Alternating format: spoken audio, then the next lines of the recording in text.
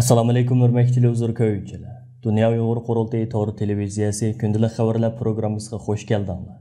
Men Hidoyat Musajon.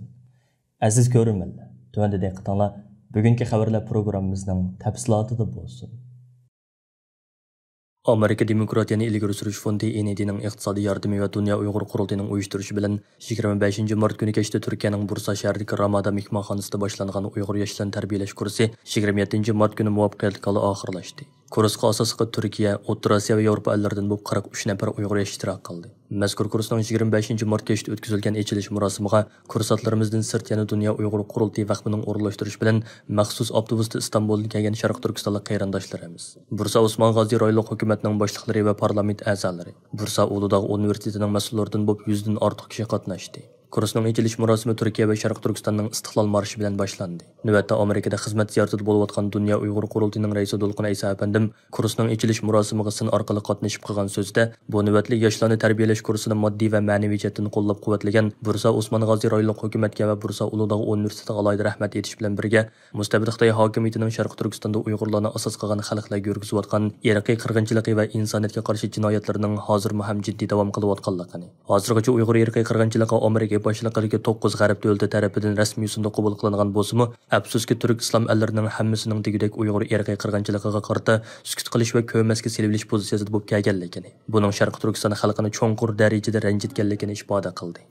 Dolqin Aysa apanning so'zida yana keyingi mezgillardan buyon Turkiya tashqi ishlar ministri Mavlud Cag'alcho'g'li apandining mayli Birlashgan Davlatlar Tashkiloti yig'inlarida bo'lsin yoki Islom hamkorlik tashkilotining yig'inlarida bo'lsin, Xitoyning Sharq Turkiston xalqi ustidan yurgizayotgan bisim va zulm siyosatini oshkor holda tanqidlashga boshlaganligini va buning yaxshi bir yuzlanish ekanligini, Sharq Turkiston xalqi bilan qon qarindosh bo'lgan Turkiyaning Amerika boshchiligidagi g'arb ellaridan ulgu elib, Uyg'ur irqiy qirg'inchiligini rasmiy yo'sinda qabul qilishini va Xitoyga qarshi jazo va embargo tadbirlarini yo'lga qo'yishni orzu qiladiganligini eskartib o'tdi. Kursning ochilish murosimida so'z qilgan Bursa Osmon G'oziy rayonlik hukumatining mas'ullari va ba'zi parlament a'zolari o'zlarining Sharq Turkiston xalqiga bo'lgan qo'llashini ochiqda ifoda qilish bilan birga, Dunyo Uyg'ur qurultayi tomonidan uyushtirilgan Uyg'ur yoshlarni tarbiyalash kursining Bursada o'tkazilganligidan g'urur tuyganliklarini ifoda qilishdi.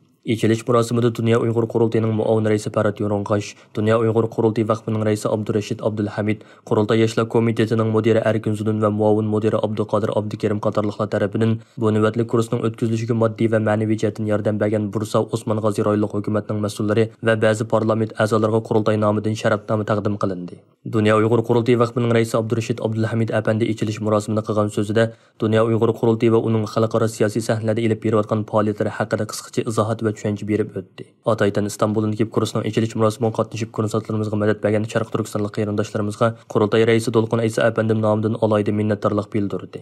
3 kunlik kurs jarayonida Germaniyadan bevosita kelib kursga qatnashgan Dunyo Uyg'ur qurultayining muavin raisi Parat Yo'ronqash apandim Dunyo Uyg'ur qurultayining qurilishi va uning Uyg'ur davosidagi roli degan temada, Anqaradan kelib qatnashgan qurultayning muavin raisi doktor Erkin Akram Sharq Turkistonning mustamlika qilinishi va uning hozirgi qirg'inchilikdagi roli degan temada, Angliyadan kelib qatnashgan qurultay London ishxonasining direktori Rahima Mahmud xonim xalqaroliq tashabbus uchun strategiya tushunchasi taraqqiy qildirish degan temada maxsus leksiya berdi. Undan boshqa yana 10 nafar chet ellik va Uyg'ur mutaxassis qandoq unumli holda tashkilotlarni safarbar qilish, xalqaroliq inson huquqlari tashabbusi, ijtimoiy aloqa quroli va matbuotlardan unumli foydalanish qatorliq temalarda maxsus leksiyalar berdi. Orqadan mazkur kursga ishtirok qilgan o'quvchilar bilan mazkur temalar bo'yicha muzokara elib berildi. Kursning oxirgi kuni gruppalar bo'yicha muzokara o'tkazilib, muzokara natijalari o'ttirg'a qo'yildi. Bu navbatli kursning asosli maqsadi bo'lsa yoshlarimizni hozirgi yer shari tashviqot muhiti va xirqqa bo'lgan tushunishni yuqori ko'tarib, xatarlik muhitda kishilik huquqni tashabbus qilish iqtidorini o'stirish, o'ziga munosabatli bo'lgan davlatlarda aniq bo'lgan planlar ustida harakat elib bora oladigan, Turkiya yoki xalqaroda ong saviyasi yuqori bo'lgan bir guruh yosh faoliyatchilarni shakllantirishdan iborat. Dunyo Uyg'ur qurultayi 2005-yildan buyon dunyoning har qaysi ellarida maxsus Uyg'ur yoshlarini tarbiyalash kurslarini o'tkazib kelmoqda. Turkiyadagi tunji qaytimliq Uyg'ur yoshlarini tarbiyalash kursi bo'lsa 2018-yil 13-iyul Istanbulda o'tkazilgan edi. Uyg'ur yoshlarini tarbiyalash kursining tunji qaytimligi 2018-yil 13-iyuldan 15-iyulgacha Istanbul Ramada mehmonxonasida o'tkazilgan edi. Mazkur kurs burun Amerika, Germaniya, Shvetsiya, Shveysariya, Belgiya, Norvegiya, Gollandiya, Kanada qatorliq davlatlarda uyushtirilgan edi. Kurs oxirlashgan 27 mart kuni Bursadagi Ramada mehmonxonasidan stansimizning maxsus ziyoratini qabul qilgan Dunyo Uyg'ur qurultayi yoshlar komitetining mudiri Erkin Zunun, Qurultay ayollar komitetining mudiri Zumraday Erkin va Qurultay yoshlar komitetining muavin mudiri Abduqodir Abdukarimlar stansimizning maxsus ziyoratini qabul qilib, bu navbatli kurs haqida ma'lumot berib tuvandagilarni bayon qilishdi. Assalomu alaykum aziz qarindoshlar.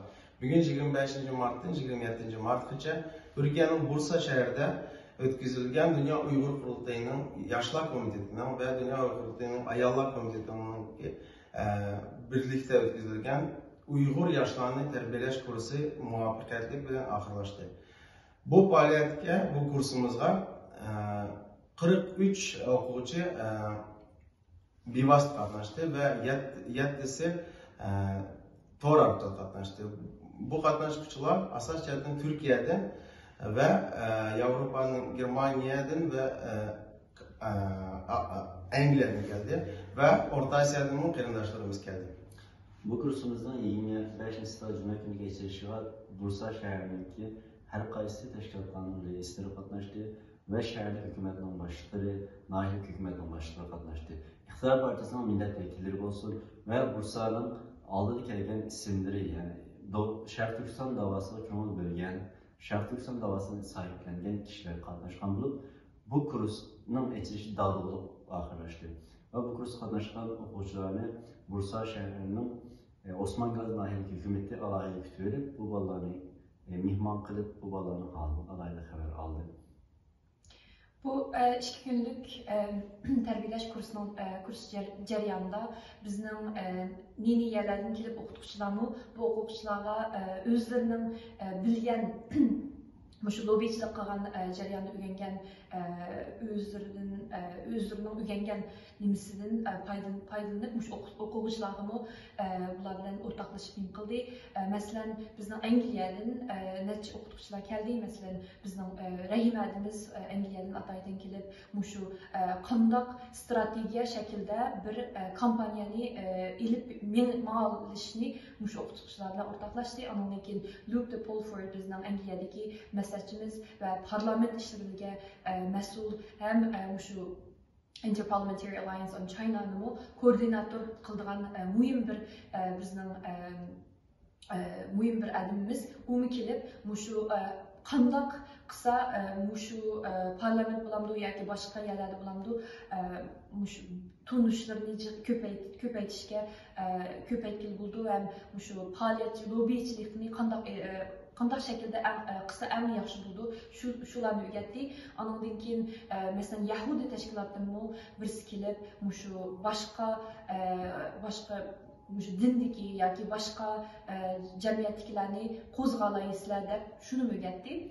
Andan keyin Avrupa Birliği'de bulamdı yoki bo'lmasa BDT'de bulamdı. Shu faoliyatlarni qanday olib ketalaymiz, ham shu axborotlarni qanday ishlatalaymiz degan shaklda jiq fikirler koyuldu ve öğütüldü. Şu an bu yaşlarımız qatnaşkan ve tordu bulamdı yoki bo'lmasa nahmaydan qatnaşkan yaşlarımız bu öğretken materyallar, sungan materyallardan faydalandı. Hem bundan keyin şu materyallarni işletip özlerinin kampanyasını ilip getirishga bir sebep oldu deb o'ylaymiz. Dünya Uyghur Qurultayı Qanun Komitetining mudiri ve Kanada Uyghur Haqlarini Himoya qilish qurilishining direktori Mehmet To'xta apandi bilan Kanada Konservativ partiyasiga mansub parlament a'zosi Michel Chong apandim xalqaroliq hammaga adolat tashkiloti tarafidan Uyghur haqlarini himoya qilish bo'yicha 2021-yilning eng yaxshilari mukofotiga loyiq ko'rildi. Hammaga adolat tashkilotining Kanada sho'basi tarafi oldingi kun o'tkazilgan va Kanadaning har qaysi sohalariga to'lgan zotlardan bo'lib 200 nafardan ortiq kishi qatnashgan ko'rkamlik murosimda mazkur mukofot Mehmet To'xta apandi bilan parlament a'zosi Michel Chong apandimlarga taqdim qilindi. Bu mukofot Mehmet To'xta apandi bilan Michel Chong apandilarning Uyg'ur irqiy qirg'inchiligini Kanada xalqiga to'nitish va Uyg'ur irqiy qirg'inchiligining Kanada parlamentida qabul qilinishi uchun qo'shgan tuhfalar uchun berilgan. Uyg'ur xalqining samimiy do'sti Michel Chong apandim mayli Uyg'ur qirg'inchiligining Kanada parlamentida qabul qilinishida bo'lsin yoki Kanada parlamentida Uyg'ur do'stlik guruhining qurilishida bo'lsin turtkilik va boshlamchilik roli o'ynagan edi. Dunyo Uyg'ur qurultayining raisi Dolqin Aysa apandi bu munosabat bilan qilgan tabrik so'zida Dunyo Uyg'ur qurultayining eng asosli qurg'uvchi a'zolarining biri bo'lgan uzun yillik fidokor siyosiy faoliyatchimiz Mehmet To'xta apandimning mazkur mukofotga loyiq ko'rilganligidan cheksiz g'urur tuyganligini ifoda qilish bilan birga Michel Chong bilan Mehmet To'xta apandilarni qizg'in tabriklaydiganligini bildirdi. Markaziy Belgiya poytaxti Brusseldagi qisqartirilgan nomi ONBO deb atalgan vakolatsiz millatlar tashkilotining 16 qitimliq yig'ini 26-27 mart kunlari Amerikaning poytaxti Washingtonda o'tkazildi. Mazkur tashkilot Dunyo Uyg'ur qurultayining sobiq raisi Erkin Olibtekin qatorliqlarning tashabbusi bilan 1991-yili qurilgandan buyon Uyg'urlar masalasini izchil qo'llab kelayotgan belgili xalqaro ta'sirga ega kishilik huquq tashkilotlarining biri bo'lib, Dunyo Uyg'ur qurultayining raisi To'lqin Aysa apandi 2017-yildan buyon mazkur tashkilotning muavin raislik vazifasini o'tab kelmoqda. Bu navbatlik yig'inga To'lqin Aysa apandimdan boshqa Dunyo Uyg'ur qurultayi ijroiya komitetining raisi Umar Qanat apandimmi birga ishtirok qildi. Vakolatsiz millatlar tashkilotiga 44 millat a'zo bo'lib, tinch usullarda o'zining milliy irodasini amalga oshirish yo'lini tanlagan 200 milliondan ortiq xalqqa vakillik qilayotgan xalqaro kishilik huquq tashkilotidan iborat.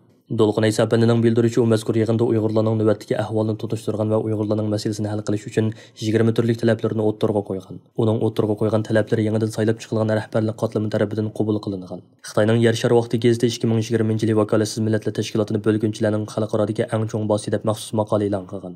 Maqolada mazkur tashkilotni 1991-yili Tibet va Sharq Turkiston bo'lgunchilaridan Dalay Lama bilan Erkin Olibtekinlarni qurib chiqqanligi. Bu tashkilotning Tayvan va Xinjiangni Xitoydan ayirib chiqmoqchi bo'lgan xalqarodagi ko'plagan bo'lgunchi tashkilotlarni o'z ichiga olganligini ilgari surgan. Hatto Xitoy 2018-yili Nyu-Yorkda chaqirilgan Birlashgan Davlatlar Tashkilotining osonliqlar munbir yig'inida Markaziy Germaniyaning Göttingen shahrida bo'lgan tahdid ostidagi xalqlar tashkilotining milliy bo'lgunchilar bilan aloqasi bor. Birlashgan Davlatlar Tashkilotida kuzatuvchilik salohiyati yo'q deb arz sungan va qurultay raisi To'lqin Aysaning Birlashgan Davlatlar Tashkilotiga kirishini cheklashini talab qilgan. Ammo Amerika boshliq G'arb demokratik davlatlarining aralashishi bilan maqsadiga yetolmagan. ONBO'ning bosh kotibi Oralov Bonich apandi matbuotga qilgan so'zida mazkur tashkilotning xarakteri haqida to'xtalib mundoq dedi. Biz dunyoga imperializm va tajovuz qilib besilishning navbatdagi mavjud ekanligini bildirishga tirishyapmiz. Kunimizdagi Ukraina, Tibet, Sharq Turkiston buning misollaridir. Biz bu orqali xalqaro munosabatli organlarni o'zining funksiyasini joriy qildirishga bisim qila olamiz. Yana bir jihatdan biz harakatlarimizni besiladigan yoki kontrol ostidagi xalqlarning o'z taqdirini o'z belgilash irodasini qo'lga keltirishga markazlashtirishni planlayapmiz. Buning uchun Birlashgan Davlatlar Tashkiloti, Yevropa Ittifoqi va Amerikaning yordamini qo'lga keltirish bek muhim. Undan boshqa bir to'pliqdagi butun xalqning o'z irodasi bo'yicha o'zlariga haqiqatan vakillik qiladigan hukumatni qurib chiqarganda texnik tinch bir jamiyat barpo qilib bo'ladiganligini ko'rsatishga tirishyapmiz. Ma'lum bo'lishicha navbatda mustaqil davlat bo'lib turayotgan Gruziya, Armeniya, Latviya, Litva, Estoniya, Palau o'xshash davlatlar o'z vaqtida ONBO'ning aktiv a'zolari bo'lib, ular Birlashgan Davlatlar Tashkilotining o'z taqdirini o'z belgilash prinsipini qo'ral qilib turib, mustaqillikka erishgan edi.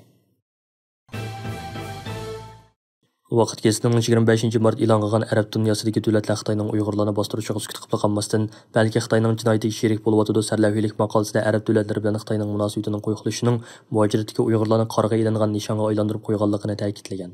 Maqolada deyilgandek, Arab davlatlari Xitoyni og'zaki qo'llab qolmay, Beijingning Uyg'urlarga qaratilgan bostirish harakatiga aktiv yordam qilmoqda. Ma'lum bo'lishicha, Arab dunyosidagi kam deganda 6 hukumat Misr, Marokash, Qatar, Saudiya Arabiston, Suriya va Arab birlashma xalifaligi Xitoyning buyrug'i bilan Uyg'urlarni qo'lga olgan yoki ularni Xitoyga topshirib bergan. Uyg'ur kishilik huquq qurilishining 24 mart e'lon qilgan sukutini xalqish, Uyg'urlarni davlat qilgan bostirishda Arab davlatlari bilan Xitoy o'rtasidagi hamkorlik nomli doklad asoslanganda 2002-yildan buyon taxminan 292 Uyg'ur Xitoyning talab qilish bilan Arab davlatlarida qo'lga ilingan yoki Xitoyga qaytarilgan.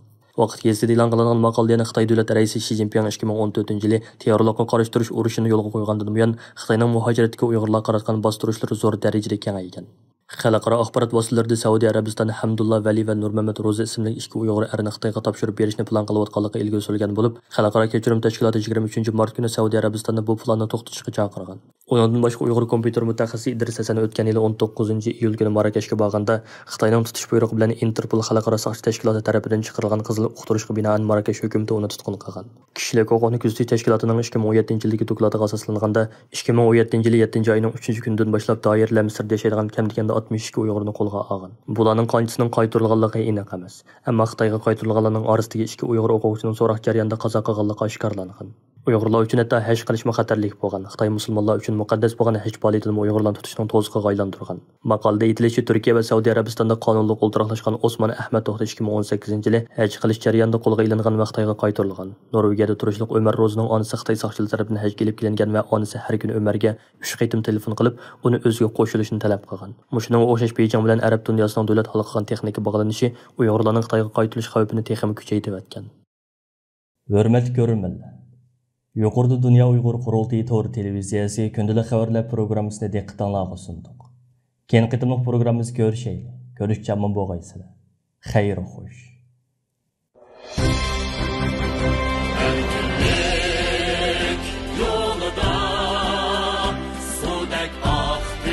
Bizning qinimiz sen uchun